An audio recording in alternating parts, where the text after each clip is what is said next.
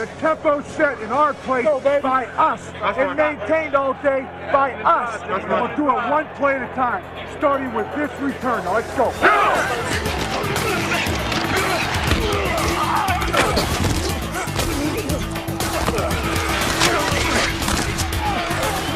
The Steelers' defense may have lost Kevin Green, but it still has plenty of muscle. Led by star performers like Carnell Lake, Rod Woodson, and the game's most feared linebacker, Greg Lloyd.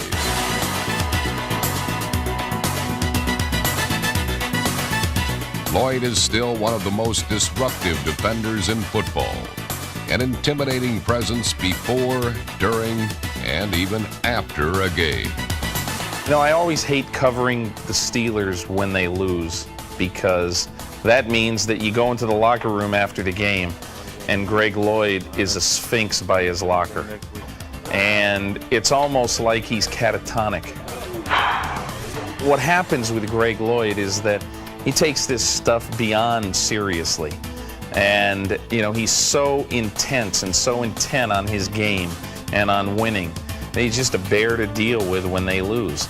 Conversely, you know, when they win or if good things have happened in the game for him, he's so good at explaining the ins and outs of the game. And I think that he's one of those guys who you really like to see play well in the NFL, because in so many ways he's a throwback, but just because of how hard he plays, you know, and because of his leadership on the field.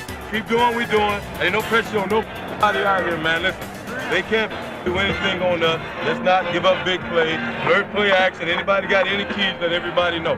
Keep playing gap defense, man. Hey, talk to the guy next to you. Trust him. 1, 2, 3, D. Here we go. 1, 2, 3, D. While Lloyd continues to anchor the defense, receiver Yancey Thigpen is one of the constants on a new-look offense. Thigpen remains a reliable target despite adjusting to a new starting quarterback. I think Yancey Thigpen really has provided the Steelers with something that they haven't had since Lynn Swann, and that's a legitimate deep threat. A lot of the guys they've had over the years, even starting with John Stallworth, they were more, you know, possession guys. They were more intermediate route guys. But I think Thigpen gives them a guy, a force that they really haven't had in several years. Steps up into the pocket, fires a pass, complete to Thigpen, dances into the end zone. The Steelers have a touchdown. What a job by Thigpen. He willed himself into the end zone. Thigpen isn't the Steelers' only electrifying weapon. Second-year man Cordell Stewart can still do it all as a quarterback/running back/receiver. And he even finds time to do some hair cutting on the side. And Patrick, you can't stop me. I'm the barber, and I'm going to go right in there. And the barber goes in for the big 6. What a breath of fresh air this kid was, not only to this team, but I think to this game. Hey, everybody at home, what's up? Bill Cowher wanted to see Cordell Stewart inserted more into this game plan. I think you're going to see more and more of that as the year rolls on, where instead of Cordell being just a receiver and maybe taking 3 snaps from center, he might take 2 or 3 series. With Stewart and several other offensive players adjusting to new roles this season, it may seem difficult to keep everyone on the same page. But fiery head coach Bill Cowher knows how to keep his players focused. Damn it, let's go! Let's go! Hey, let's cover, man! Hey, Freddie Mac, let's cover! Sometimes you look at Bill Cowher and you say, this guy's got to be kidding. Let's go! Does this rah-rah stuff really work? And, you know, I've asked enough players on the Steelers about this over the years, and, I mean, it works for them, because once you get into the arena, you have to play a lot on emotion. Let's go! And he is emotional, but not in an obnoxious way. Let's keep him down here. Let's go. Good job. You see him as a holler guy, and you say, do the players really respect this? But, you know, even off the record, the players will tell you, hey, that stuff works even in the NFL.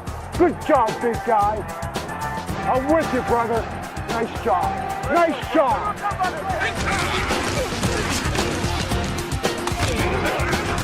The Steelers may not be exactly the same team that nearly upset Dallas in the Super Bowl, but their defense still packs plenty of punch.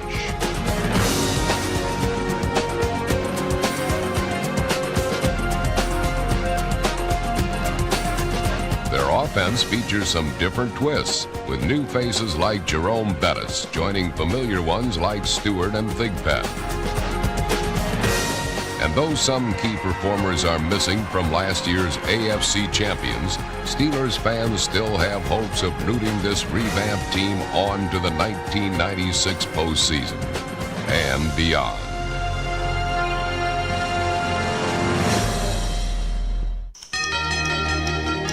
This is a 60-minute proposition. I'm going to tell you something. No matter how it starts, the most important thing is how you finish. But let's set the tempo right with this kickoff. The Pittsburgh Steelers entered the 1995 season with championship dreams, only to seemingly have them crushed in the early weeks of the season.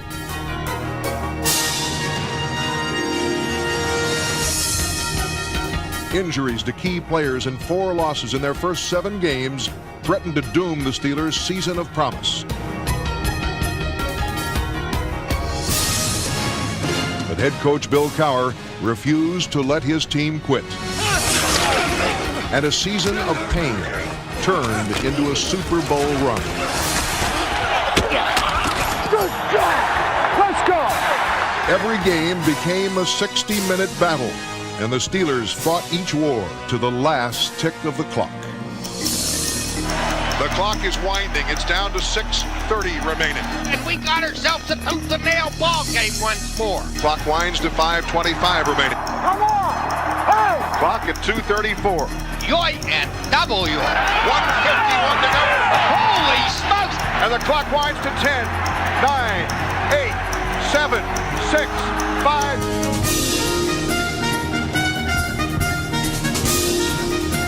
You know what you did? You find a way to win. There's a belief, there's a will, and I'll tell you what, if you stay at things and you don't ever stop believing, you make your own good fortune. You gotta play for 60 minutes. You gotta play for 60 minutes.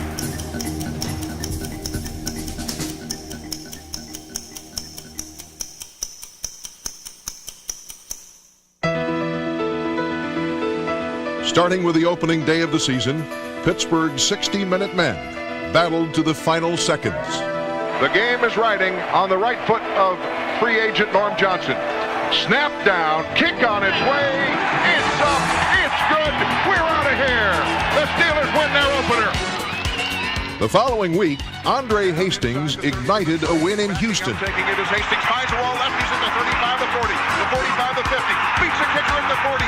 There goes Andre Hastings all the way for the Steeler touchdown. Mike Tomczak started in place of injured quarterback Neil O'Donnell and hit tight end Mark Bruner for his first career touchdown catch in the Steelers' win. The team's fast start was deceiving, however. Rod Woodson's knee injury in Week 1 kept him out the rest of the regular season, and painful losses dropped the Steelers to 3-4. The low point came in Jacksonville, where despite Steve Avery's tremendous effort, the Steelers were stunned by the expansion Jaguars. The Steelers have been ambushed here in Jacksonville. The Steelers now have to go back to the drawing board and figure out how they're going to get back into the playoff picture. After the 7th game, man, we did some soul searching. This group of men have been through a lot. As the adversity comes, allow us our resolve to grow stronger. Guys came together, and we spent a little more time in the meeting rooms and looking at a little bit more film, just doing the smaller things. And I think we came together a little bit more. We decided that what had happened, and let's make this a 9-game season. We got 9 games left, baby. We got to make the best of them. That's all there is to it. And everybody understood what their role was. They stepped it up. They became focused, and there was a belief in that, we can do this. This is an all-day proposition. Our backyard, from the first kickoff to the last. Let's get after it. Let's do it! Let's get nasty! He's going over the middle again. In Week 9, the Steelers unloaded on Jacksonville. Make him run up the middle. He run up the middle. He can't do. He's scared too. That bitch damn right. He's sliding 10 feet away from the nearest person. He better slide. I'm gonna bust his ass.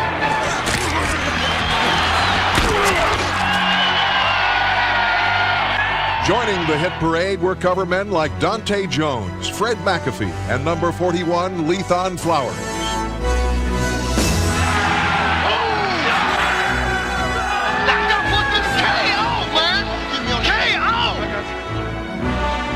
It's the start of a 9-game season.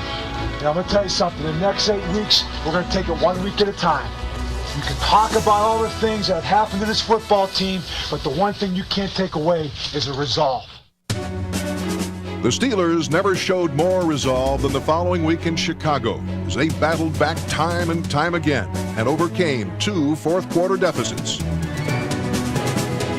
Eric Pegram added new spark to the offense with a career-high 3 touchdowns. But the Steelers still trailed by 7 in the final minutes. The 4-receiver Ernie Mills came up big in the clutch. 4th and a long 6, almost 7. One last gasp for the Steelers and 1:10 remaining. Shotgun empty, set O'Donnell back, delayed blitz. He fires over the middle. Touchdown Steelers! Ernie Mills!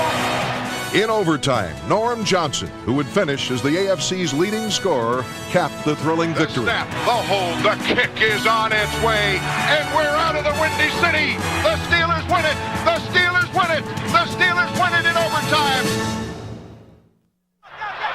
In a season filled with pitfalls, it was easy to lose one's footing. Damn you! Damn you, McNair! The first time somebody's got me off my feet. Head coach Bill Cowher refused to stay down, however, and made sure his players remained on even ground. Listen. I love your enthusiasm. Hey, listen. Remember, this is some poise, okay? Don't cost us 15. All right, don't cost us 15. In his most challenging season, Cowher wasn't afraid to shuffle his lineup and his game plan to come up with the right formula. His boldest move was to switch all-pro safety Carnell Lake to cornerback, and Lake responded to the challenge with a Pro Bowl season.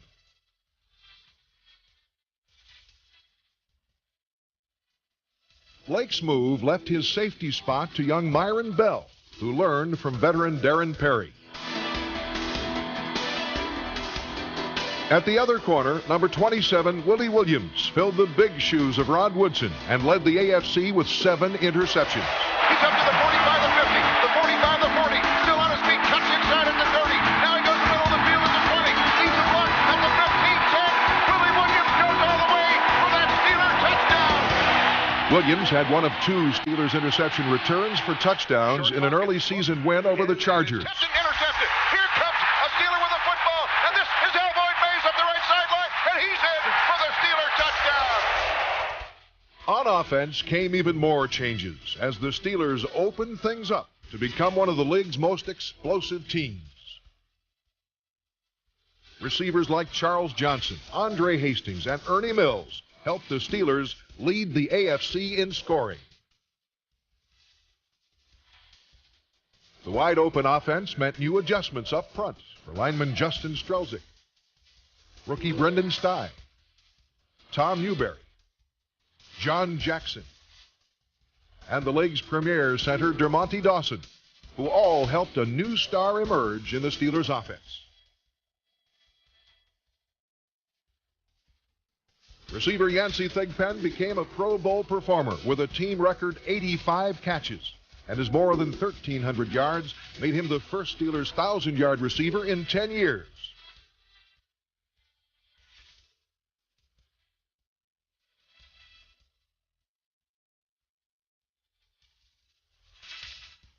While Thigpen was the Steelers' most productive weapon, a certain rookie became the league's most unpredictable. I see Cordell Stewart into the ballgame. My! Cordell Stewart is in there as a wide receiver. Flash is lined up in the backfield. Stewart in the slot left. Cordell Stewart is the quarterback. Flash in motion to the outside left, and he's going to pooch it. He does it all. Cordell/Stewart was the most versatile performer to hit the NFL in years. That Cordell Stewart is strictly a crazy lad. Cordell is at quarterback. Cordell rolling right.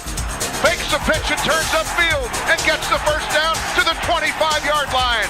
Welcome to College Football USA. Yes, take us back to the dear old campus. Hey, Hey, Slasher! Look like you run that for. Good job, Slash. Pitch back to the left side. Stewart looking for the block. Turns it at the 20, the 15, the 10. One man to beat, and he's into the end zone for the Steelers touchdown. Cordell Stewart. He is blockbuster stuff. He's the rave of the National Football League. Cordell is rolling right. Looking, pumping. Now he wants to throw it back, and he ducks out of there, and he's going to reverse field. He gets a block. He's running at the 10. Now he's going to throw it on the run into the end zone. Touchdown, Steelers! What a play by Cordell Stewart, and only a great athlete could make it happen. Stewart not only helped beat the Browns on a Monday night, but also opened things up for the rest of the attack. And the Steelers' new offense was at its best in an amazing Week 12 comeback in Cincinnati. Pittsburgh erased the 31-13 deficit with 36 unanswered points. The Steelers have battled from 18 points back and now trail by 3. Stewart in the slot. Back is O'Donnell. He's looking for Stewart. Stewart's open. He's got it at the 40, the 30, the 25. Doubling. Cordell Stewart is going to go all the way for the Steelers touchdown. And Cordell Stewart is just something else. The Steelers' greatest comeback in years proved they could now win the shootouts as well as the slugfests, and showed that their offense was now as dangerous as their ever intimidating defense. Everybody taking care of business. Everybody get to the gap. And listen, let's have some ball with this, all right? Here we go. 1, 2, 3. 1, 2, 3, 3.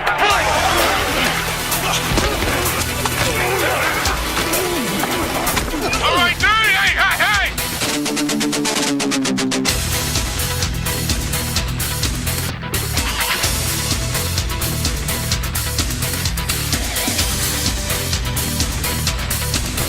Up front, pressure came from Joel Steve, Brinson Buckner, Bill Johnson, number 76 Kevin Henry, and Ray Seals.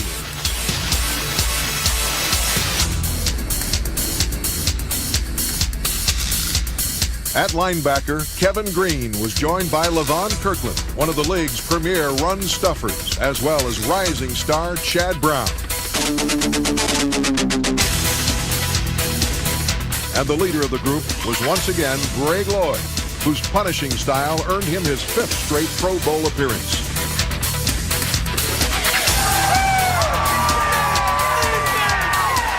Under new defensive coordinator Dick LeBeau, the unit ranked 3rd in the NFL. And in Week 13, the defense forced turnovers on the Browns' first 2 possessions, with a second takeaway setting up a score by Mark Bruner.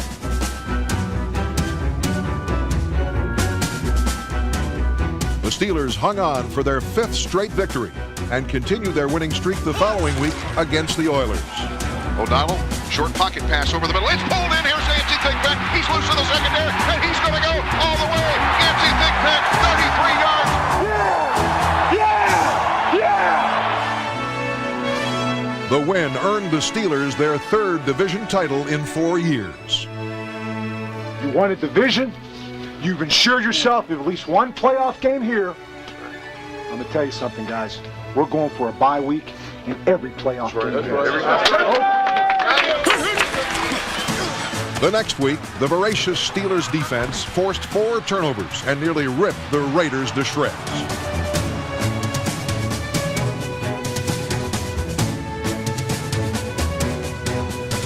Hang on. He's trying to shake you off and everything. Hang on like a Rottweiler. 1 week later, the Mad Dogs stayed on the attack. And the ball is loose and picked up, and here comes a big man with it. It is Brinson Buckner. And he's rambling, he's going all the way for the Steeler touchdown. Let's go. Put these guys away. Let's tee off, man. Another defensive touchdown put the finishing touches on the Steelers' 8th straight win. He's tackled immediately. He lost it. And he lost the football. And the Steelers are scrambling for it. They pick it up. Here comes Chris Oldham. He's running for the end zone. And he's down and in for the touchdown. The Steelers have scored again. What you've done now is you've earned yourself a week off. Now, I'll tell you what. If teams have to come through here, go to their Super Bowl. Yeah, baby. They're in for a long Talk to me. Talk to me. Yeah.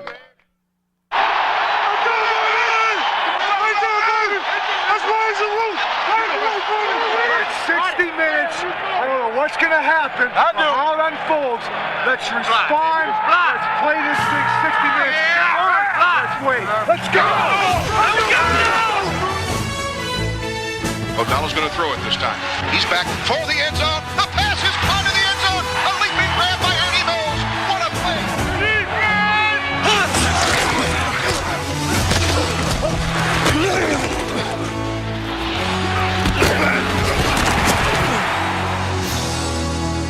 In their opening playoff game, the Steelers overpowered the Bills.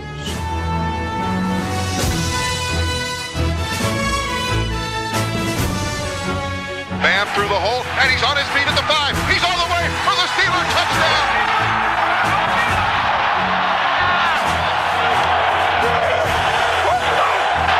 Welcome to Pittsburgh. Right now, the most important thing is that we're playing again next week. This was a 3-game season. One of three. Right, man. That was the first game, and next week is the second game. And I don't give it to Right. we play.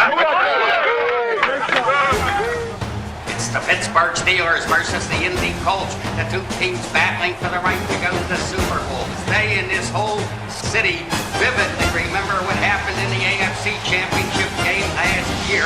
Let's go, Steelers! Yeah!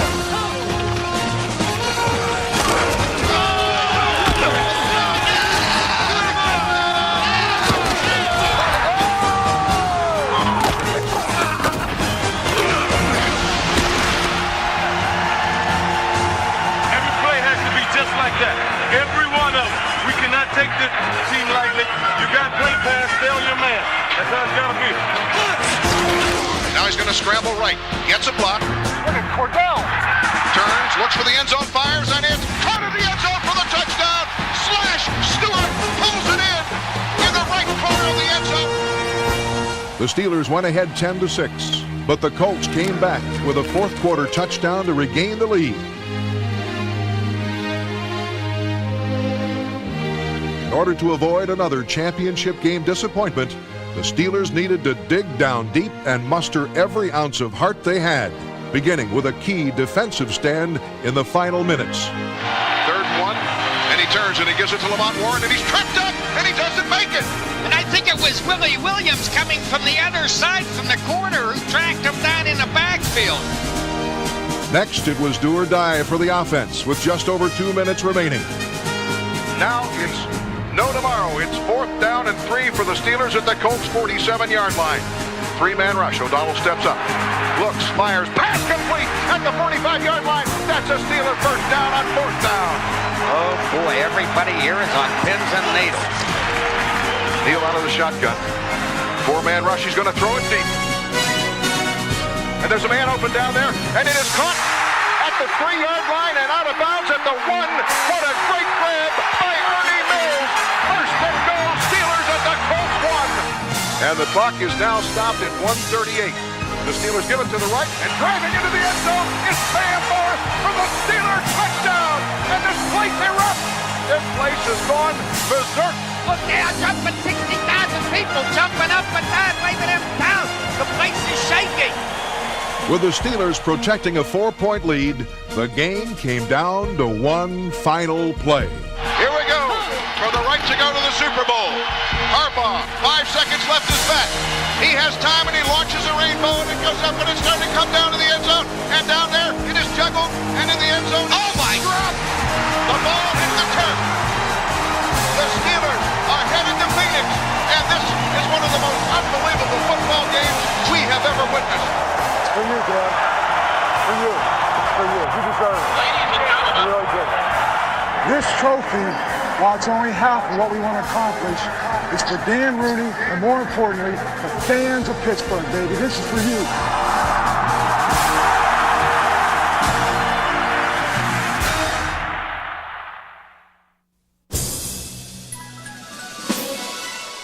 We've come too far. We've overcome too much.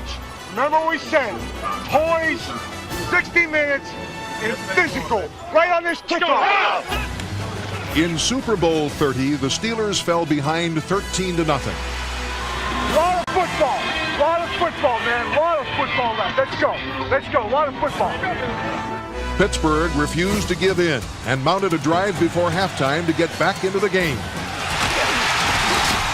Slant pattern for the goal line. Touchdown, Steelers. Pulling that ball in.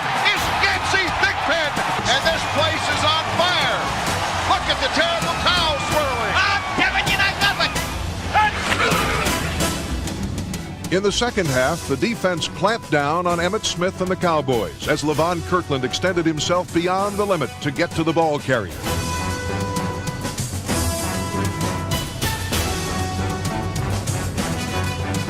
As the Steelers battled back from a 20-7 deficit, perhaps no one personified their heart more than Rod Woodson, the only player ever to come back from a serious knee injury to play in the same season. After a Norm Johnson field goal cut the Cowboys' lead, the youngest head coach in Super Bowl history was faced with one of his toughest decisions. Want to go surprise onside? What do you think, Chan? Surprise onside? Hey, let's do it. Surprise onside. Hey, Dick, I'm going onside here. Not leaving anything in the bag. One of the gutsiest Super Bowl calls ever paid off. The Steelers try an outside kick, and they got it! And a man running with the football at the 50, and is out of bounds on the far sideline. With that football for the Steelers is Deion Figures. How about that? Let's go! Let's go! Hey, Marty! Let's go! Let's go! Third down and goal from inches away. Again, a tight formation. The give to Bam. And Bam walks into the end zone for the Steeler touchdown off the right side. And we got a dandy in Super Bowl 30. And the towel is twirling here in the Valley of the Sun. And them careful towels are twirling all over. That's a gutsy call on the onside, though, right? Great call. Huh? Great call. Close. I loved it. 4:09 remaining. He gets a snap. Here comes an outside blitz. The pass is picked off. An open field. Here comes Larry Brown to the 15. He's to the 10, and he's knocked out of bounds on the far side at the Steelers' 6-yard line. The Steelers' comeback fell short, but only after they had bravely fought the entire 60 minutes.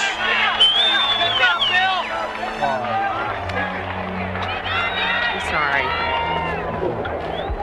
We'll see you in the locker room, okay? Sometimes you win, sometimes you lose. Good job, Bill.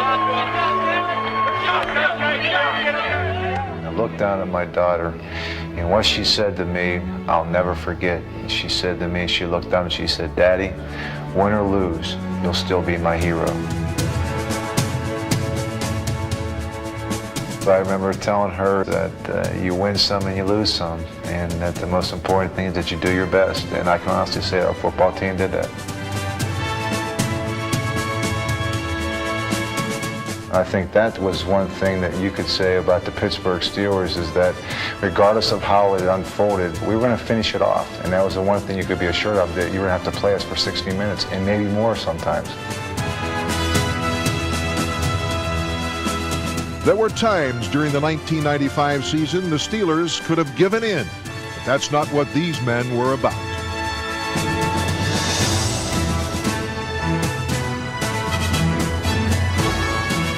The 1995 Pittsburgh Steelers never stopped battling until the final tick of the clock, and their will to fight to the very end made them football's true 60-minute men.